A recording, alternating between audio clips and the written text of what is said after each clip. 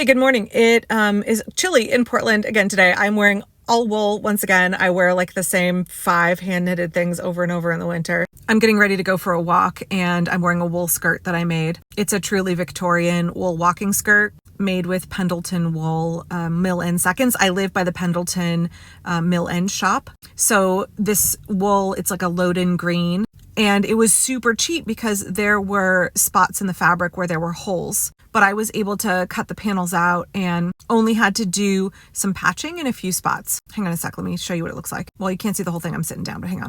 The camera really cannot capture the color of this skirt at all. It's a load-in green with red and blue flecks in it. My daughter says it looks like TV static. I think it looks like an army blanket, but with all these other pops of color in it as well.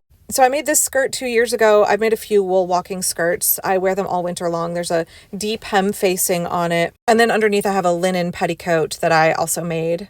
This linen is seconds. It has some slubs in it, but you can't tell because it's a petticoat. And then I have some thrifted lace around the bottom. Actually, maybe I'll show you the whole outfit. Hang on a sec.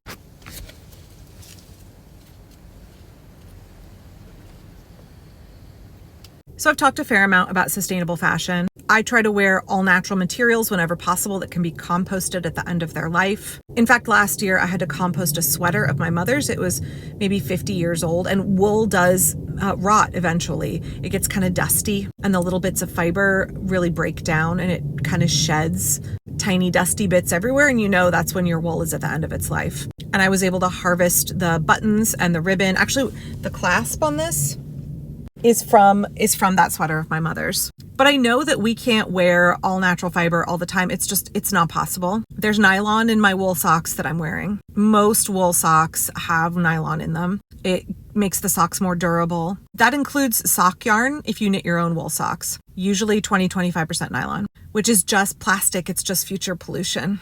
And right, I wear leggings that are not 100% wool. I did roller derby for years where, I wore Lycra all the time. And all of that is future plastic pollution. It's current plastic pollution actually as well, right? Because when we wear garments made out of plastic, nylon, Lycra, polyester, we are shedding microplastics every time we wear those. Polar fleece. Polyester is just plastic. It's just pollution. There's pollution in the production of it, pollution in the wearing of it, pollution when it's at the end of its life. It's like the least sustainable option. So I try whenever possible to wear natural fiber clothes. Obviously, as a spinner, a knitter, a weaver, a sewer, I want to wear handmade clothes whenever possible. Not only because I enjoy wearing natural fibers, I want to wear the things that I make, but because when you wear garments that you make, you can have them tailored to fit your body really well. And they will fit far better and you will enjoy wearing them longer than something you buy off the rack. But I recognize, most people do not have the luxury of making their own clothes. And I have had to learn by failure over the years. And it's taken me a long time to get to a place where, I can make a complicated skirt or dress pattern or waistcoat or whatever. And yes, I love history bounding, so that plays into that, helping me craft and hone that skill. But what do you do for sustainable clothing choices if you are not somebody who has a friend who's a sheep farmer who, harvested this Jacob wool and spun it into yarn? If you don't have access to American raised and produced and woven wool fabric. I mean, a lot of the fabric that I use and most of the yarn that I use is from the thrift store. But again, that's not an option everybody has. They either maybe can't or don't have the skills, don't have the time to make most of their own wardrobe. Just like most of us cannot produce the bulk of our own food. When we look at sustainable, resilient local economies, when we look at creating permaculture communities, it's not just about regenerative food production. Folks in permaculture often mention 3 areas of cultivation for sustainability: food, fiber, medicine. Now, we could get into the medicine one later because I'm a big fan of Western medicine. So I don't necessarily think that you can just grow all the herbs you need to sustain your health. But the fiber one is real. We have lost so much local fiber production in America. Most of the woolen mills are gone. We no longer have a flax industry. Did you know the Pacific Northwest used to have a flax industry for making linen? We no longer really have a hemp industry. And goodness knows that our wool producers are paid an abysmal amount per pound for sheep wool.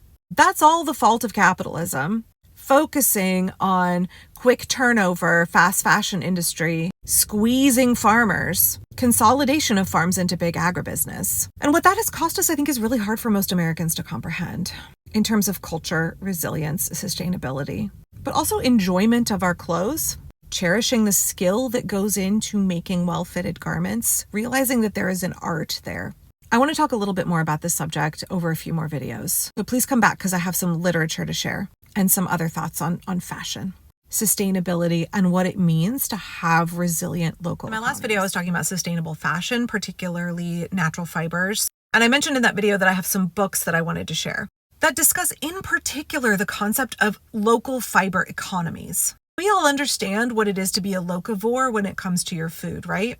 Shopping from your local farmer's market, participating in a CSA, that's community supported agriculture, where you buy a share of a farmer's harvest for the upcoming year, and in exchange, you get a delivery of produce or eggs or bread or meat or mushrooms, or sometimes even flowers for the upcoming year. You are taking a risk with that farmer, saying, I will buy into your cultivation. I don't know what you're going to get, what kinds of issues you're going to have this year, but I will share the risk with you in exchange for a percentage of the harvest. Maybe you're like me and you try to intentionally buy cheese from your local creameries. You buy a share of a cow or a pig from a local farmer.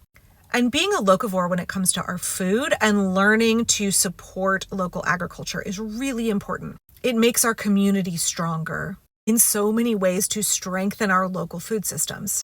Likewise, it makes us more sustainable, resilient, and regenerative people to support local fiber economies the same way we do local food economies. If you would like to learn more about this concept, I want to recommend 2 books. The first is called Fiber Shed by Rebecca Burgess. I cannot recommend this book enough. It will transform the way that you see fashion, textile economies, supporting local businesses and artisans, the environmental impact of the clothes you wear, and how rejecting fast fashion, investing in sustainable locally made garments, not only results in clothes that fit you better, feel better on your body, clothes that last for years and years, is an intentional act of resistance against fast fashion, the labor exploitation, the pollution, the unsustainability of that industry. It can also help create something better where you live. Locally grown and produced fibers, a thriving textile artisan community, a fiber shed. The second book I want to recommend on this issue is Vanishing Fleece, Adventures in American Wool by Clara Parks. I listened to the audiobook, which is narrated by the author.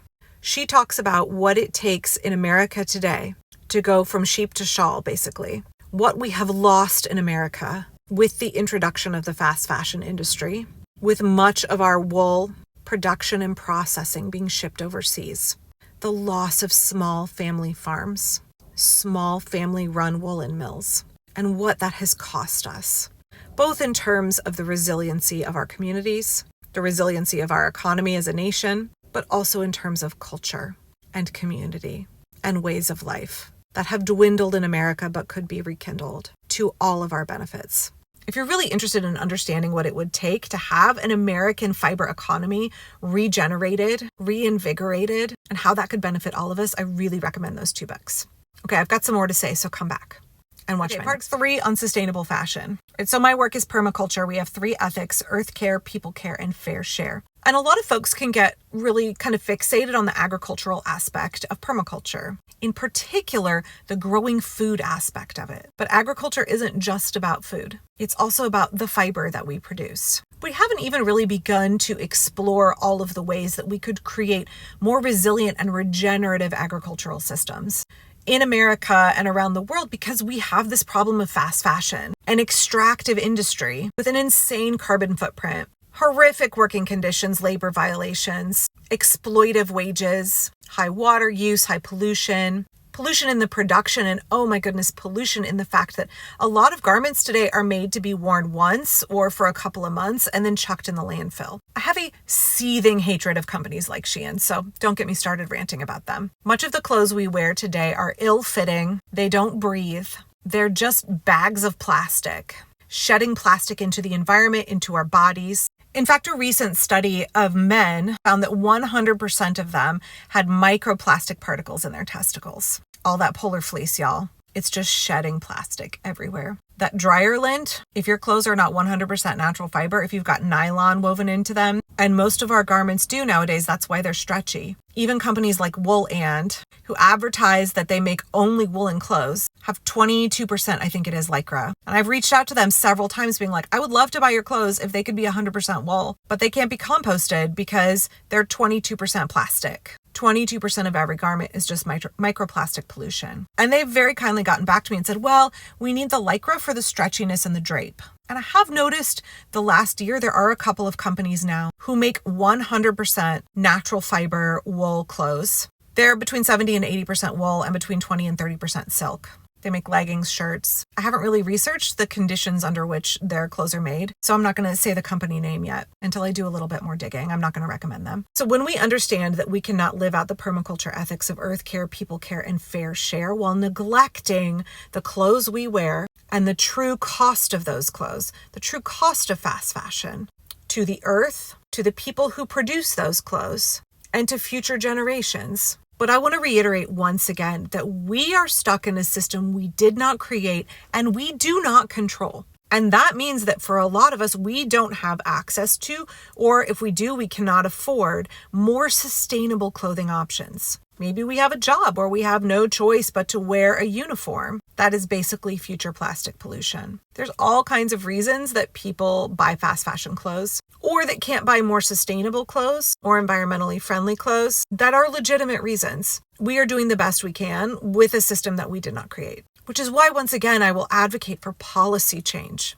While we can vote with our dollars, we can choose not to turn over our wardrobe every 3 months.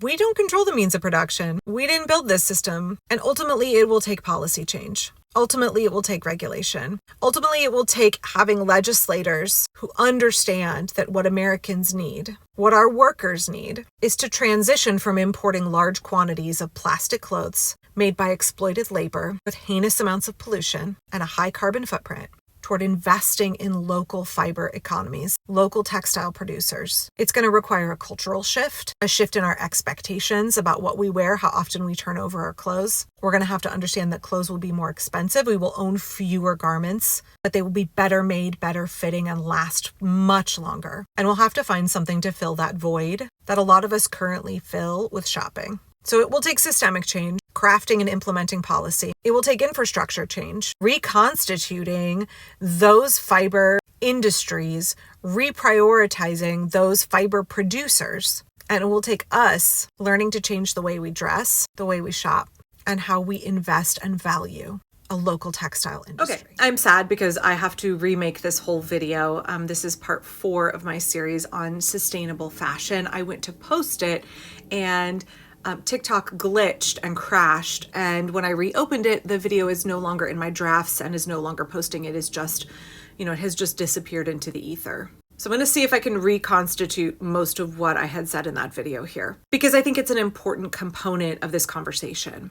As I stated in my previous videos, I make a lot of my own clothes, and what I don't make, I thrift. I actually started making my own clothes a long time ago, not out of some kind of, environmental concern, but because I'm really tall and it's hard for me to find skirts and pants that are tall enough. It especially was 20 years ago, right? Like American Tall wasn't a company then, right? And I realize it takes a level of privilege to make your own clothes. You have to have the time, you have to have the skills that a lot of us have lost, and we have had to rebuild, those of us that have reclaimed them, right? It's taken me, decades to build my sewing skills. And it takes time to comb through thrift stores to find fabric or to hunt out more ethical, sustainable sources of textiles that you're going to use, be it yarn or fabric. The vest that I was wearing in parts 1 through 3 of this series, right? My friend raised the sheep here in Oregon, Jacob's sheep. She spun that wool that I then knitted into that vest that I wear all of the time.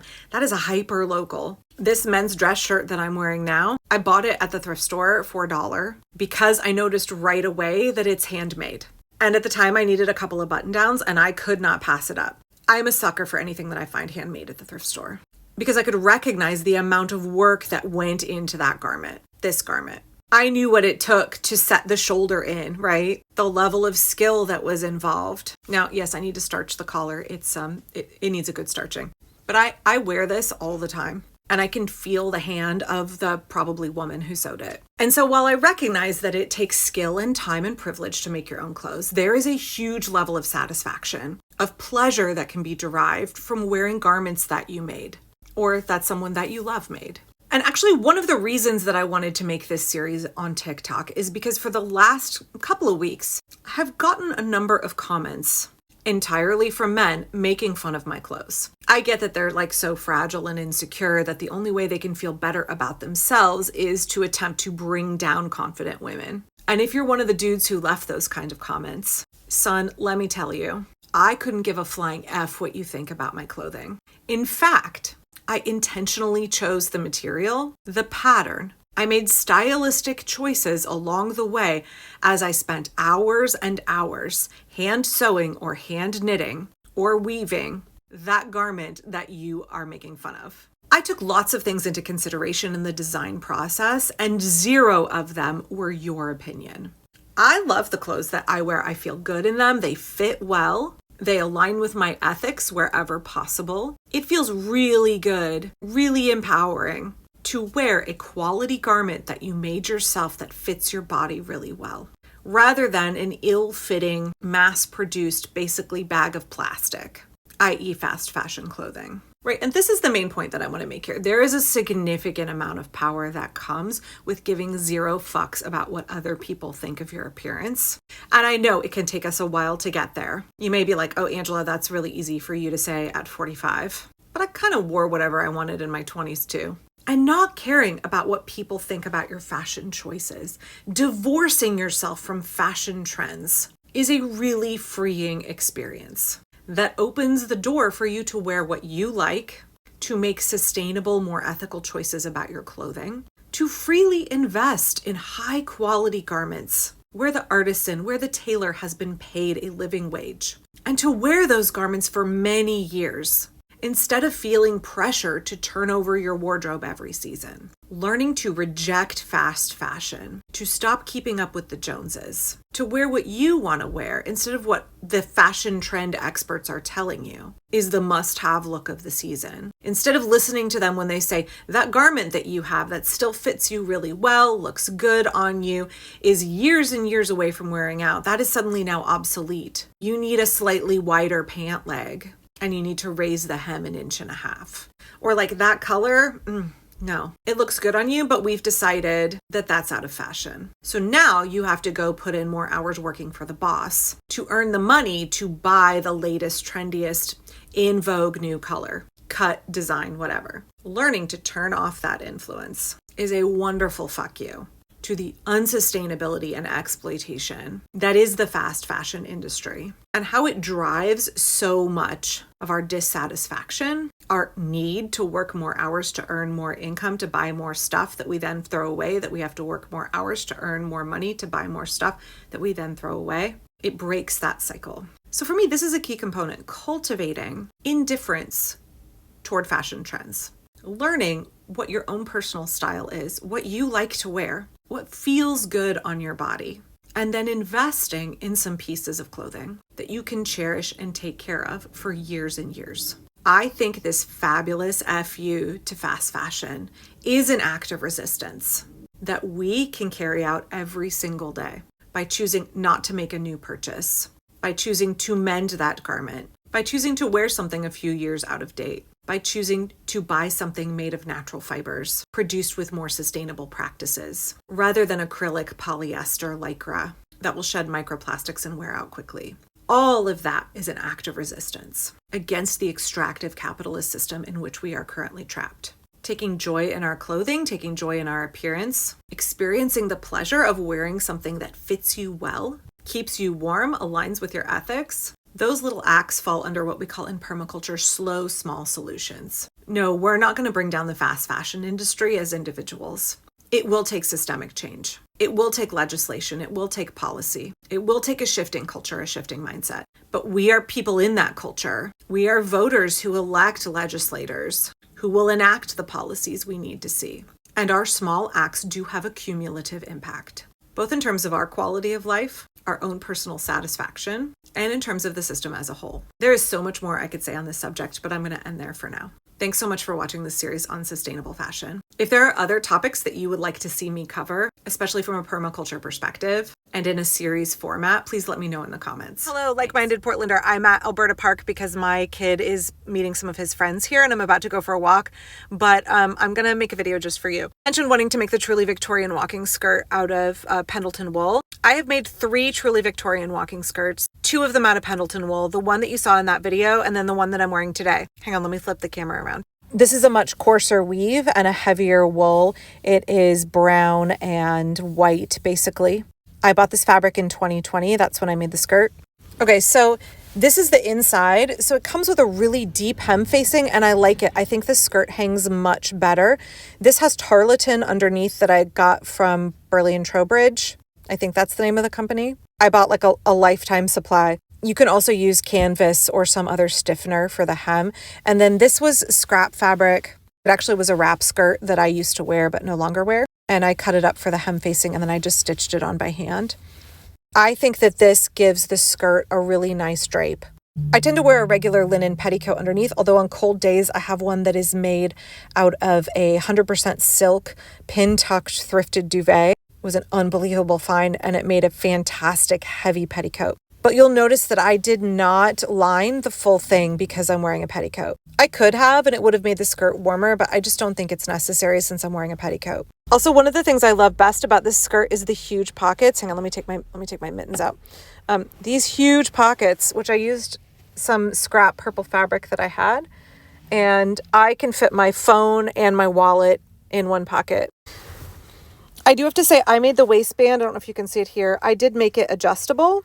So there are multiple buttons in the back because my size does go up and down a little bit. I'm a little bit more plump than I was in 2020 when I made this, but I can still wear it without having to take the waistband apart. I think this is a great pattern. It's a really good investment. I know for me, I'm 6 feet tall, and so I had to add several inches to the bottom of the pattern. And I like it hitting just at ankle length so it doesn't drag in the mud here. I do find that I'm a lot warmer if I wear full knee-high socks with it because the wind can kind of get up underneath it. Anyway, I hope that was helpful. It was too much to put in a comment, so I thought I'd just make a whole video. Maybe we will run into each other someday. I really wish there was a regular spinning group when I lived on the Central Oregon coast. I was part of the Yaquina Fiber Arts Guild, and we would meet once or twice a month. And folks would bring their spinning wheels or their needle felting or their drop spindles or their knitting, and we would just hang out and have snacks and work on our crafts. And I would love to find a community like that here in Portland. Anyway, enjoy the sunshine and thanks for your comments.